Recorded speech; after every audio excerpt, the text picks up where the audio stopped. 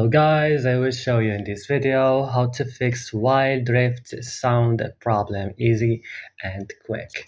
So you have to open the settings of your device, click at your apps option and search for while drift and click.